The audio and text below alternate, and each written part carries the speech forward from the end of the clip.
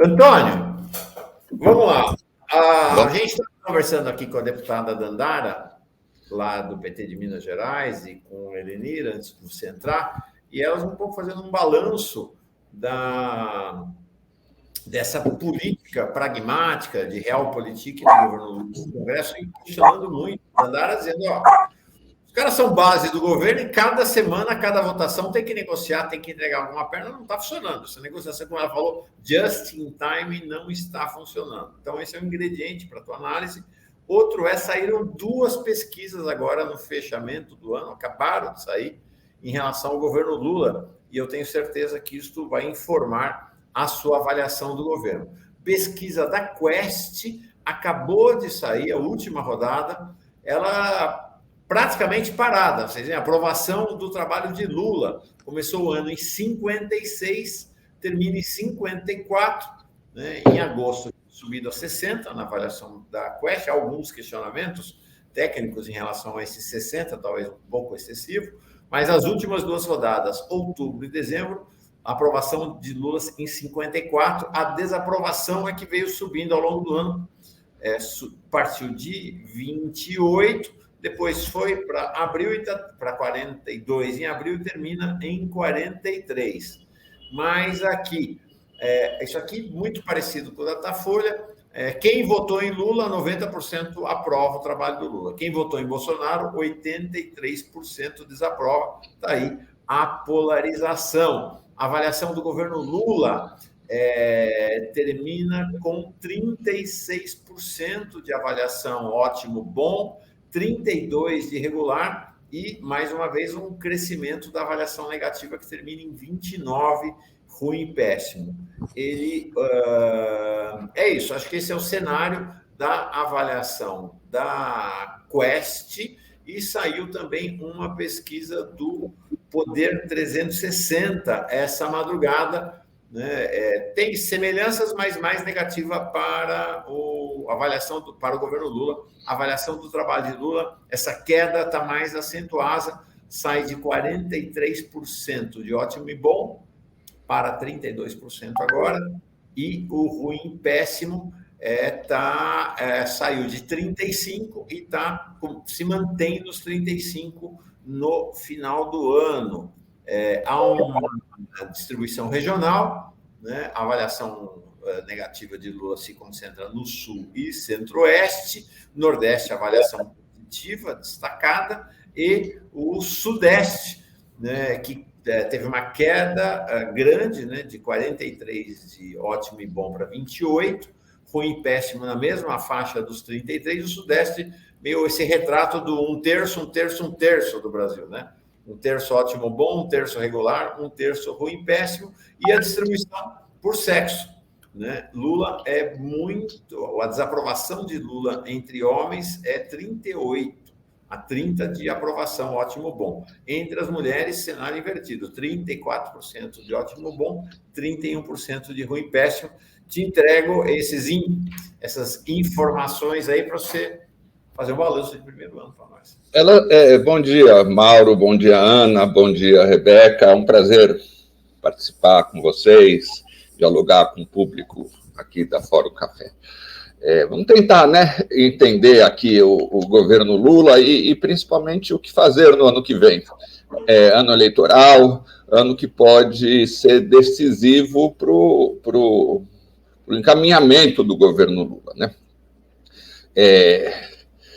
Eu acho que o que vocês estavam comentando antes, as dificuldades do governo no Congresso, expressam um dos 2 problemas gêmeos que, a meu ver, marcam o governo. Depois podemos começar daí, talvez, para fazer uma análise mais geral. Eu acho que os 2 problemas são falta de enfrentamento com o rentismo, com o sistema de captura da riqueza dos brasileiros, que paralisa o Brasil há décadas, num certo sentido, que faz o nosso país regredir, que faz com que o Estado brasileiro imprima 660 bilhões de reais nos últimos 12 meses para sustentar o 0,1% da população, Ao não enfrentar esses setores, o governo deixou de fazer o investimento público necessário para começar a resgatar o Brasil. Eu vejo assim,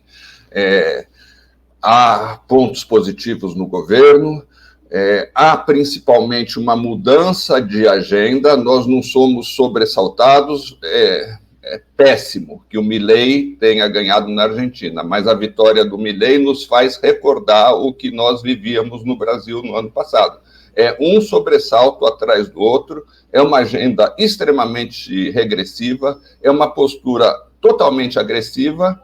Então, eu acho que são precipitadas e são injustas algumas avaliações que circulam em alguns grupos na internet, grupos de esquerda, inclusive, dizem que o governo Lula é neoliberal, ou o governo Lula não representa uma mudança expressiva em relação ao Bolsonaro. Eu acho que representa, pela mudança de agenda, nós estaríamos tentando resistir à privatização da Petrobras e do Banco do Brasil, que estavam anunciadas pelo Bolsonaro, inclusive.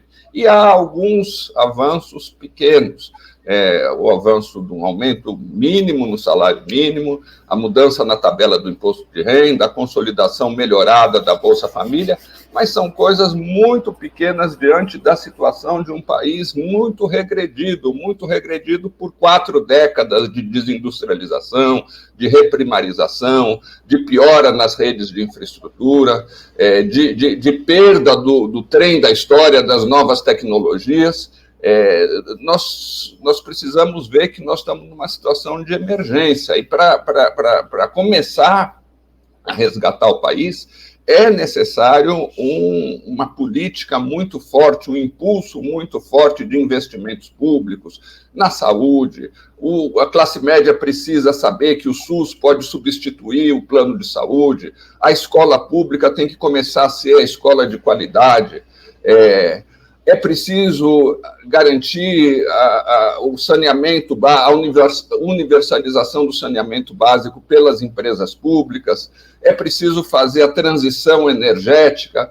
Tudo isso pode gerar milhões, não são milhares, não, são milhões de postos de trabalho dignos para reverter esse processo de precarização. Há uma agenda enorme em relação a isso, desde que o governo Lula tivesse dito, olha, é hora de reconstruir o Brasil, nós não podemos continuar oferecendo a riqueza nacional para os rentistas, nós precisamos iniciar a tarefa de reconstrução. Isso não foi feito. Isso necessita mobilização social, e essa mobilização social, ou seja, politizar a sociedade, discutir as causas da paralisia do país, da regressão do país, pressionar o Congresso Nacional.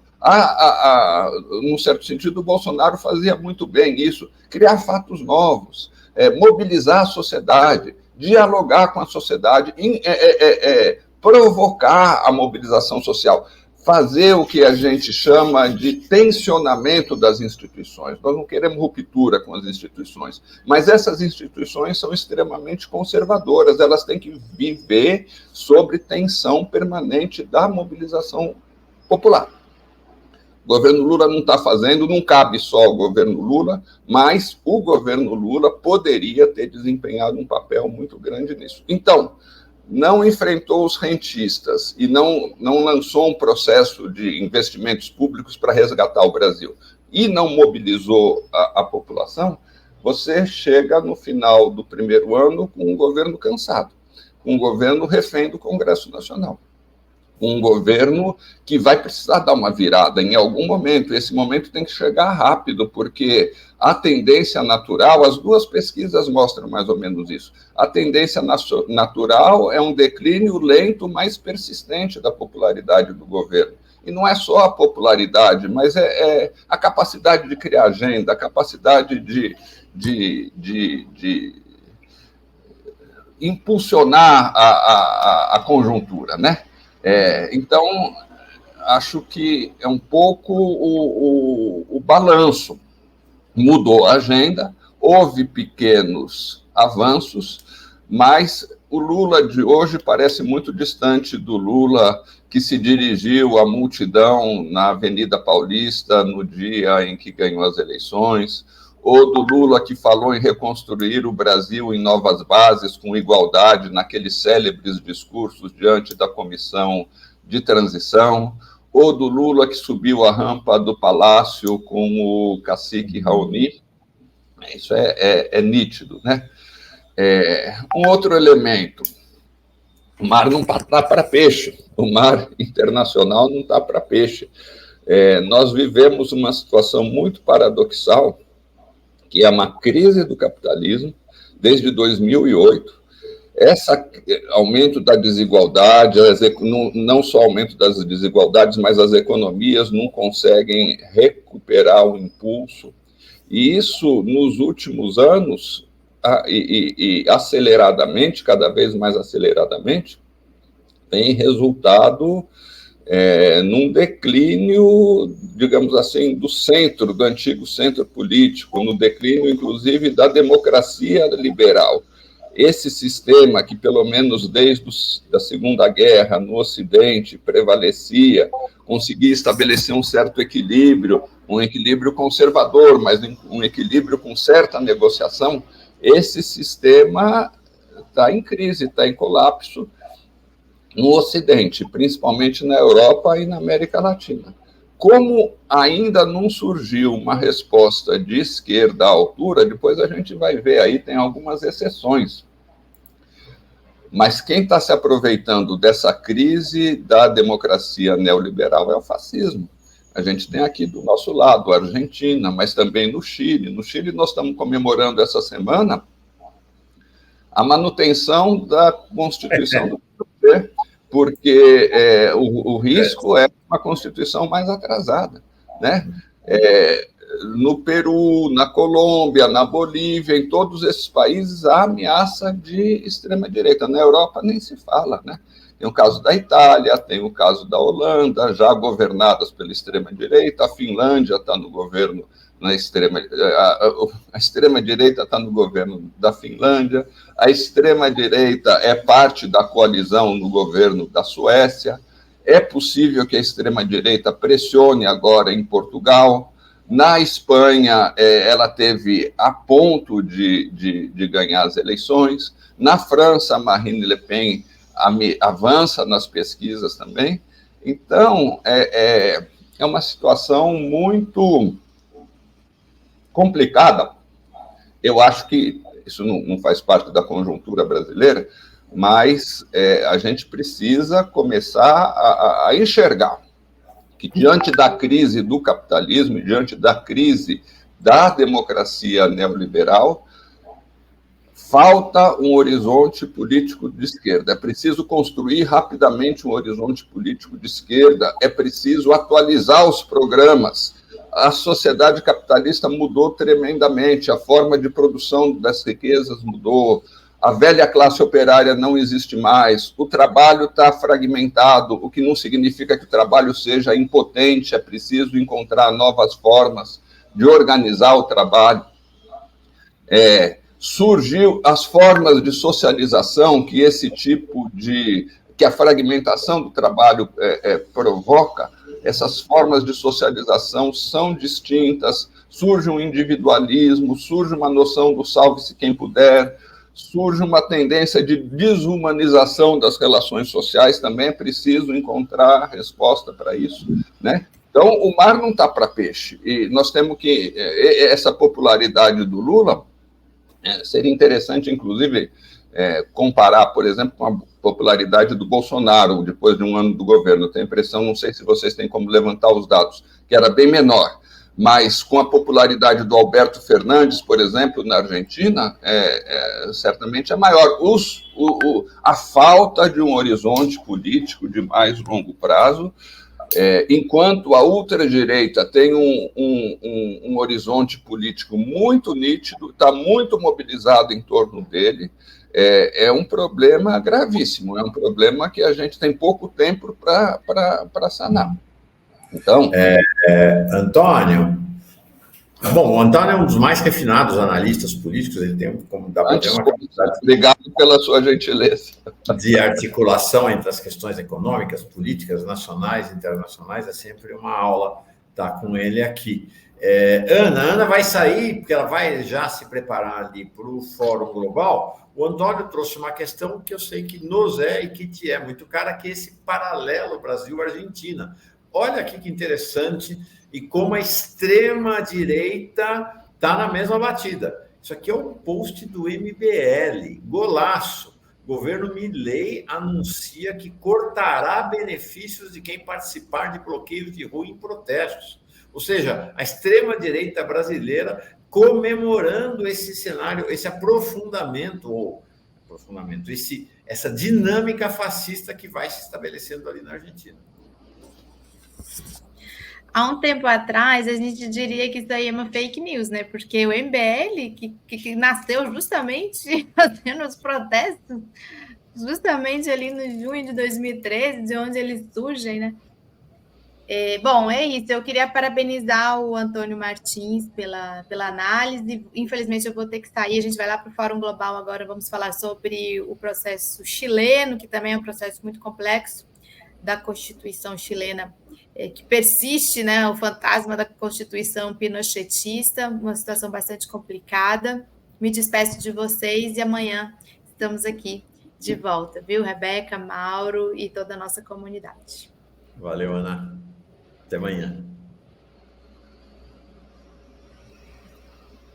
Rebeca? Isso. Antônio, muito obrigada por essa sua análise que você traz para a gente sobre esse primeiro ano de mandato do governo Lula 3. E não tem como deixar de falar também sobre projeções para os próximos anos, né? A gente abriu aqui essa conversa falando sobre essas emendas, quase 50 bilhões de reais para essas emendas parlamentares, e isso vai ter um impacto muito grande também nas eleições municipais que estão aí nas nossas portas, que acontecem em 2024. Que projeções você faz também para esse cenário na política municipal do Brasil, Antônio? Como você tem visto isso? Queria acrescentar uma questão aí, já que falamos da aprovação do orçamento ontem, né, Rebeca? Que é, então, vincular essa questão, Antônio, você que é o rei das articulações nas análises, com o orçamento de déficit zero, né, que acabou sendo aprovado ontem.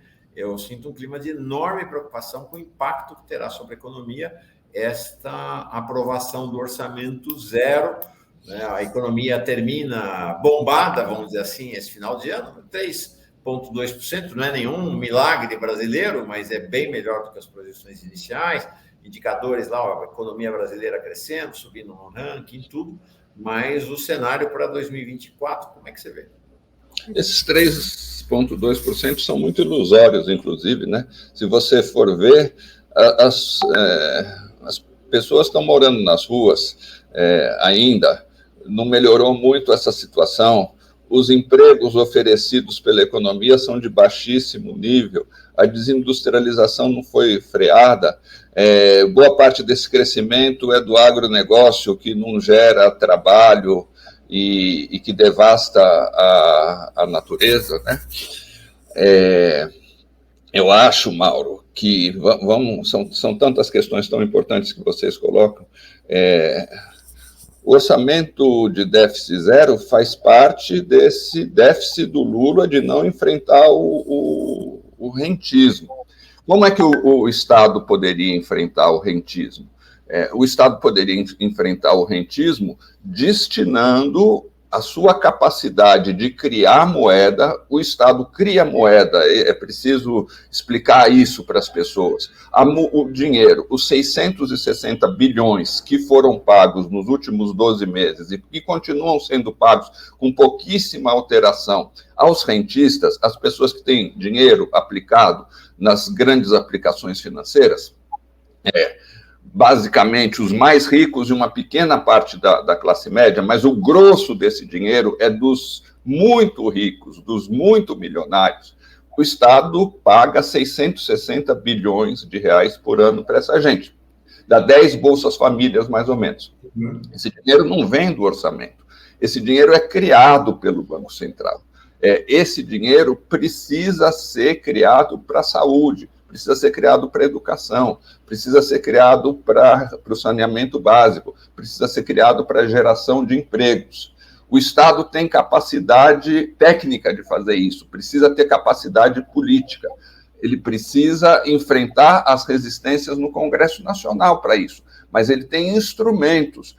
Como o Congresso Nacional iria negar, por exemplo, um programa de criação de empregos de qualidade para garantir a infraestrutura ou para modernizar o transporte público? É difícil, o Congresso pode resistir, mas com medidas claramente de interesse da população, de interesse da maioria, e com apelo à mobilização social, apelo à população, o governo pode conseguir. O governo enveredou pelo caminho oposto, desde o novo arcabouço fiscal do ministro Fernando Haddad. O ministro introduziu na agenda política um tema que não fazia parte da campanha do Lula, nem sequer da campanha do Bolsonaro, fazer um ajuste fiscal. O Brasil não precisa de um ajuste fiscal, depois a gente pode discutir tecnicamente isso, mas é perfeitamente possível ver que, por exemplo, no tempo da pandemia, forçado pela necessidade concreta de evitar que a economia entrasse em colapso, o governo Bolsonaro fez um déficit de aproximadamente 3 ou 4 alguma coisa por cento do PIB, a inflação não disparou, os juros não aumentaram por causa disso, não aconteceu nada do que os jornais dizem, que os investidores vão deixar de financiar o Estado não vai conseguir colocar os seus títulos, ao contrário, foram os juros mais baixos dos últimos tempos, das últimas décadas, inclusive com um orçamento ultra deficitário, ou seja, é possível, perfeitamente possível, financiar um processo de resgate do Brasil por meio de investimentos públicos. O novo arcabouço fiscal do ministro Fernando Haddad negou tudo isso. E foi piorado agora com o orçamento déficit zero, que é um objetivo político que interessa apenas à classe dos rentistas. Não tem, os empresários não são beneficiados por isso, nem o agronegócio é beneficiado por isso, é exclusivamente quem tem recursos para aplicar no mercado financeiro. É uma agenda fantasma, é uma agenda que vem só da ideologia dos neoliberais. Só fazendo um parênteses, inclusive, Mauro, você estava provocando a Ana sobre o MBL, apoiando o Milei, mas não é só o MBL.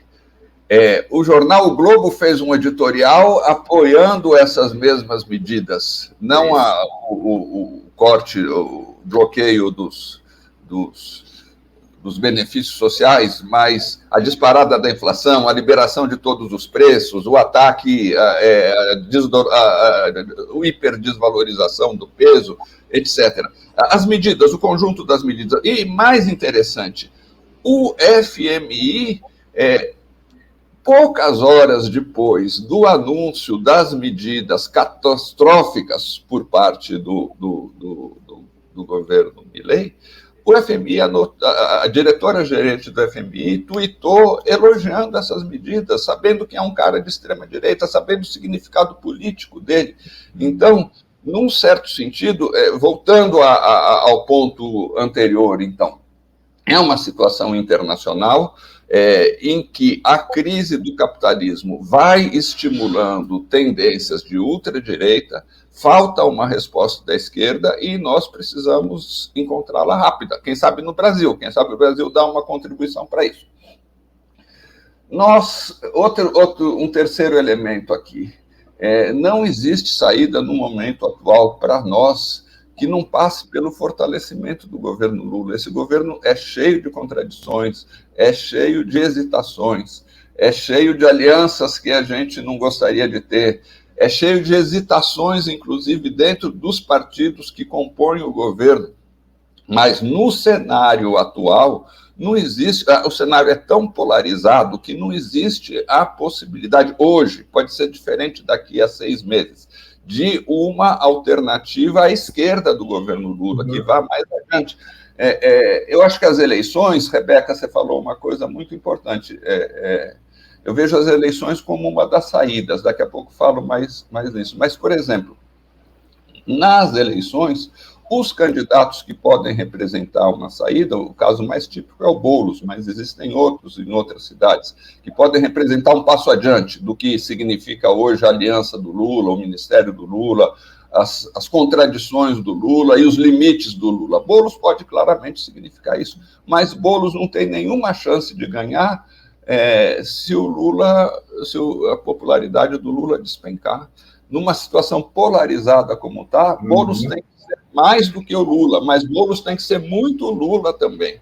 Então, um pouco a equação não tem saída sem ser a nossa luta para apontar os problemas do governo Lula e ir além dele, mas também para garantir que ele seja vitorioso, seja bem-sucedido.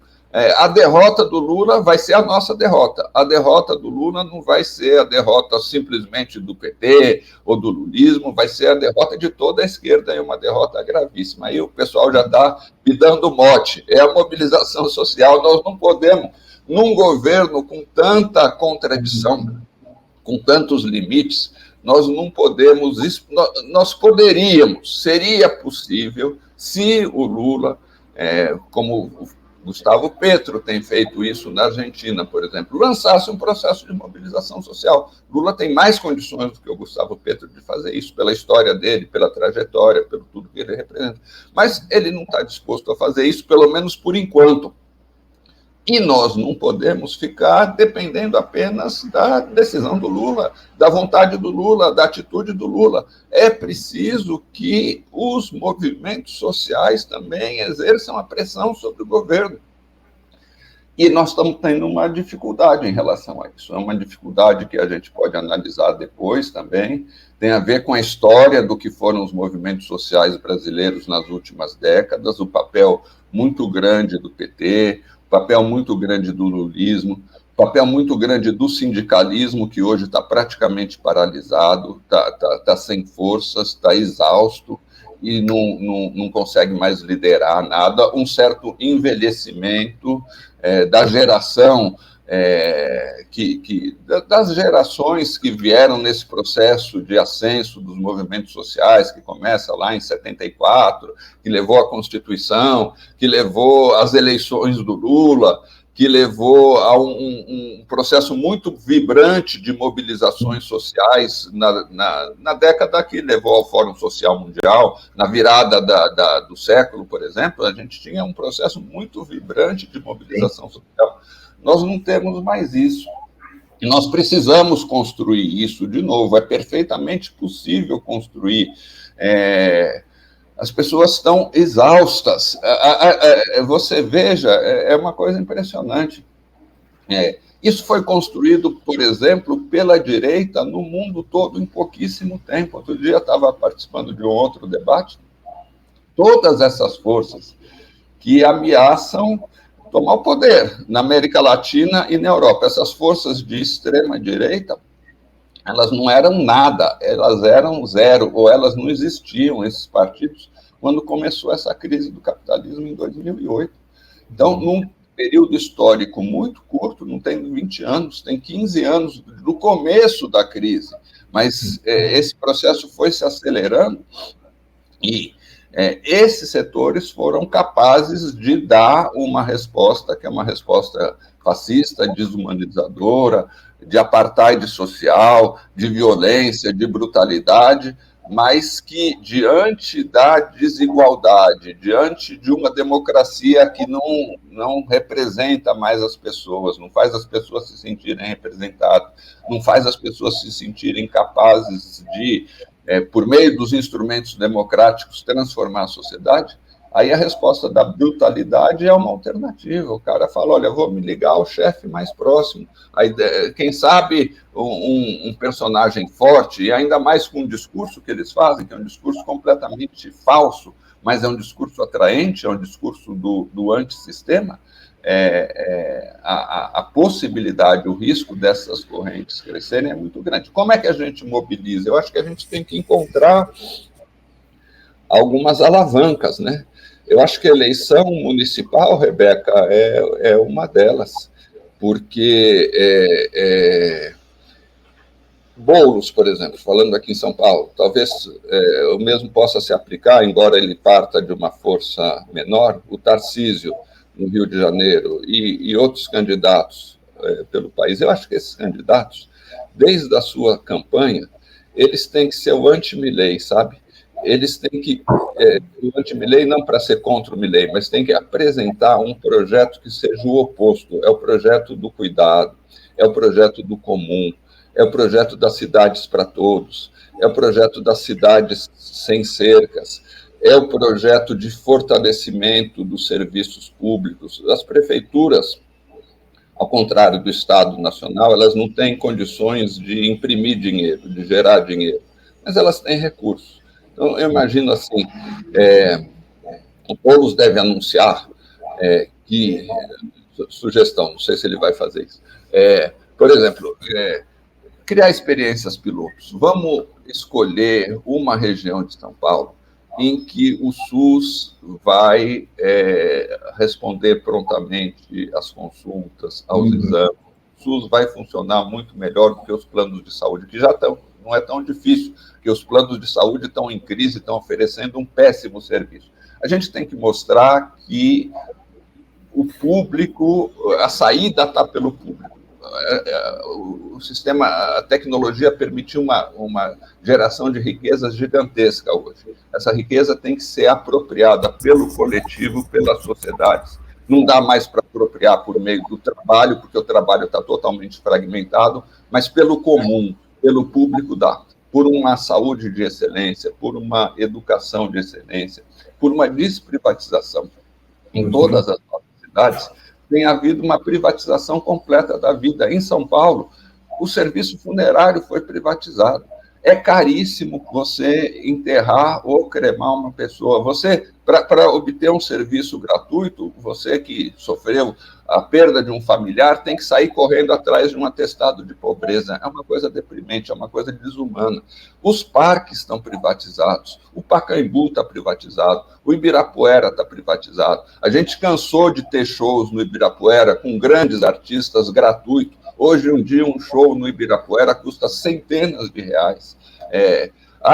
O estacionamento nas ruas da cidade está privatizado por uma grande empresa. As multas de trânsito estão privatizadas. Então, eu acho que esses candidatos que podem ser um respiro diante dessa conjuntura, eles têm que defender um programa que vá além do programa do Lula. É um programa de desprivatização, é um programa de cidades para todos, é um programa de incorporar as pessoas aqui em São Paulo, por exemplo.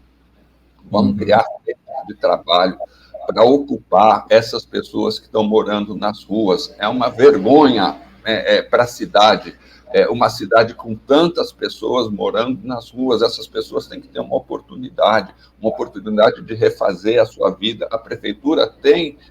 O papel principal é do governo federal, mas a prefeitura tem instrumentos para fazer isso, né?